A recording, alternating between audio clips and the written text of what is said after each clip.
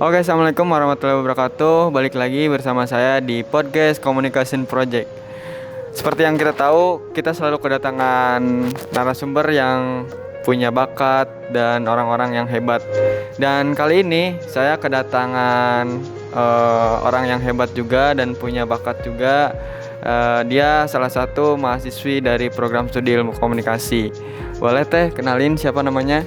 Nama saya Nining Jungsi dan saya di Prodi Ilmu Komunikasi. Oke, kalau boleh tahu sekarang itu lagi menempuh di semester berapa? Semester 6. Oke, jadi Teh Nining ini salah satu mahasiswa ilmu komunikasi yang bisa dibilang punya bakat di bidang kreatif ya. Kayak misalkan contohnya buat kerajinan tangan seperti itu. Nah, Teh Nining, awal mula suka kayak apa sih disebutnya kerajinan tangan atau apa?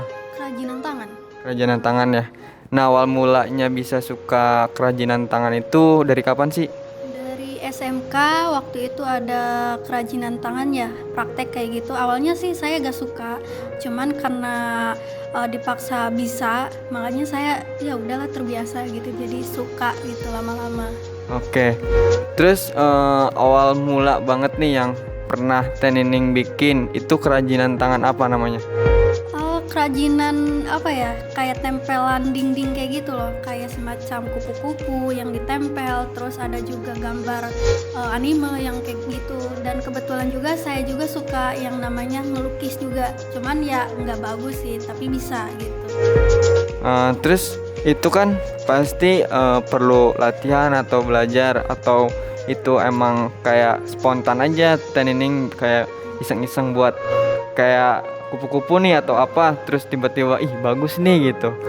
Itu gimana awalnya? Awalnya sih spontan, bisa dibilang spontan gitu, tapi pas ngelihat gambar nih di Facebook atau Instagram itu ngerasa oh ini bagus ya gitu, coba aja walaupun nggak bisa tapi bisa gitu ya, diusahain aja kayak gitu. Sekarang berarti dari SMP sampai sekarang itu udah berapa jenis kerajinan tangan yang udah dibuat Teh Nining? Mungkin lebih dari 5 kali ya, tapi emang sekarang jarang gitu karena gak ada waktu. Dan di rumah juga banyak tempelan-tempelan dinding ya, salah satunya yaitu di pintu itu ada gambar Doraemon, terus tempelan kupu-kupu, lope atau apa gitu kan. Dan terakhir itu aku bikinin hadiah buat hadiah kado kayak gitu. Hadiahnya itu kayak semacam hadiah foto tapi ditempel gitu kayak gitu. Oh, berarti bahan-bahannya juga emang mudah ya, kayak cuma butuh kertas, terus gunting kan ya. Terus itu kan kayak Teh Nining ini buat kerajinan itu cuma sekedar iseng atau emang tadinya iseng terus jadi iseng-iseng berhadiah terus tiba-tiba ada yang ada yang mau pesen gitu buat yang tadi Teh Nining bilang buat hadiah atau misalkan buat ngasih ke doinya gitu. Ada nggak sih? Ada sih kemarin itu pas semester 1 kan itu ada apa ya, ada tugas kuliah gitu ya yang namanya ya udahlah aku coba nih gitu kan. Kebetulan waktu itu tuh boomingnya itu hadiah kado kayak gitu, kayak kotak hadiah gitu. Nah dicoba tuh ya, walaupun kelihatannya susah gitu cuman aku usahain lah, masa orang lain bisa kenapa aku enggak gitu kan. Tapi awalnya itu saya mencoba ya bahan-bahannya itu yang ada di rumah gitu, semodelan ya kardus yang ada ya.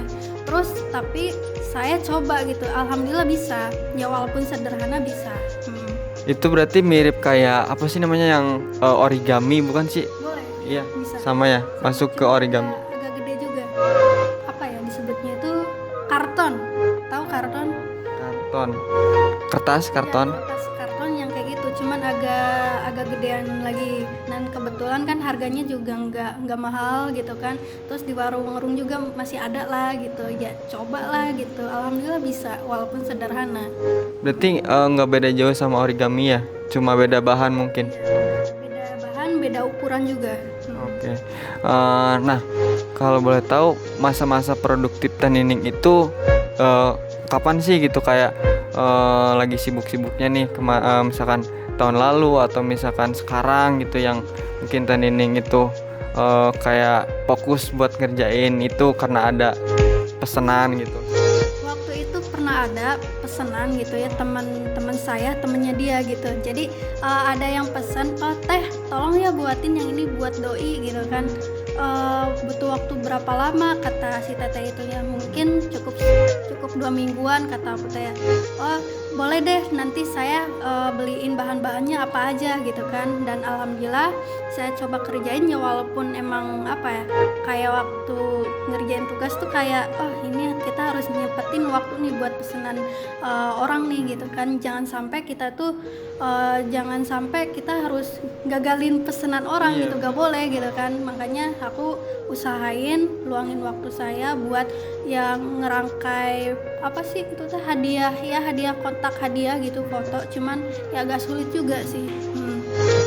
Berarti masuknya udah ke bisnis komersil ya, lumayan dari mungkin tadinya sekedar iseng-iseng terus dicoba-coba dan akhirnya sekarang bisa menghasilkan walaupun ya belum seberapa mungkin ya. Kalau boleh tahu itu berapa sih kira-kira kayak dari mulai Teh Nining itu udah kayak matokin harga segini sampai sekarang mungkin udah skillnya juga udah di-upgrade gitu. Kalau dulu sih saya nggak matokin harga sih, terserah, seikhlasnya aja. Yang penting konsumer itu oh iya bagus gitu kan, ya terpuaskan gitu ya. Itulah di sini saya ngerasa senang gitu, walaupun sederhana tapi konsumer pun ya bahagia gitu dengan hasil hal itu gitu. Itu aja.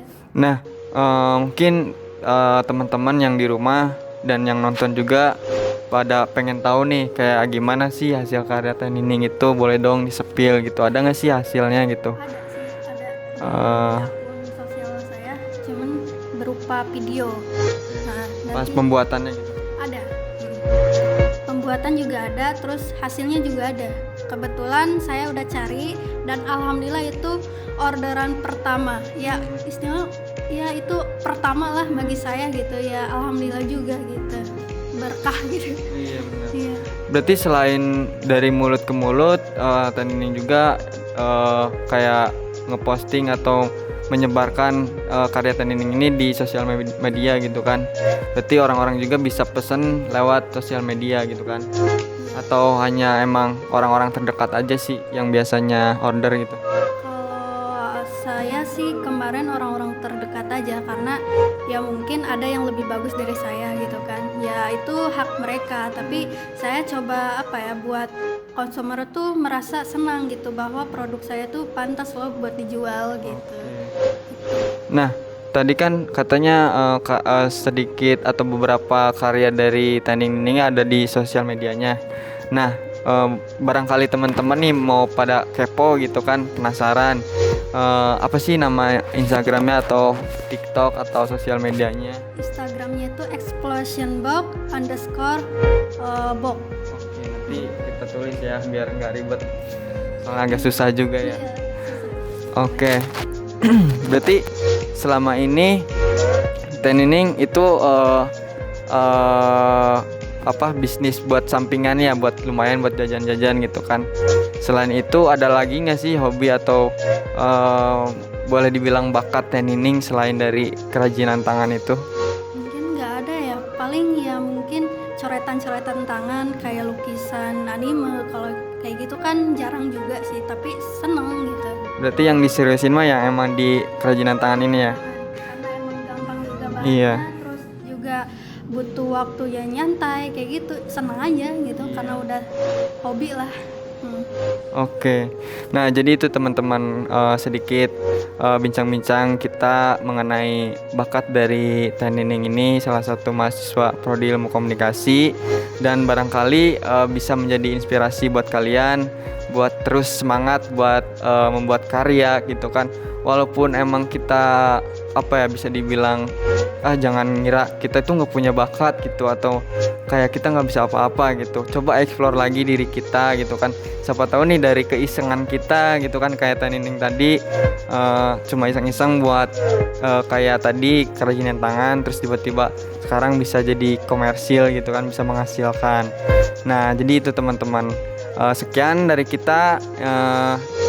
Terima kasih sudah nonton, jangan lupa like, comment, dan share. Dadah.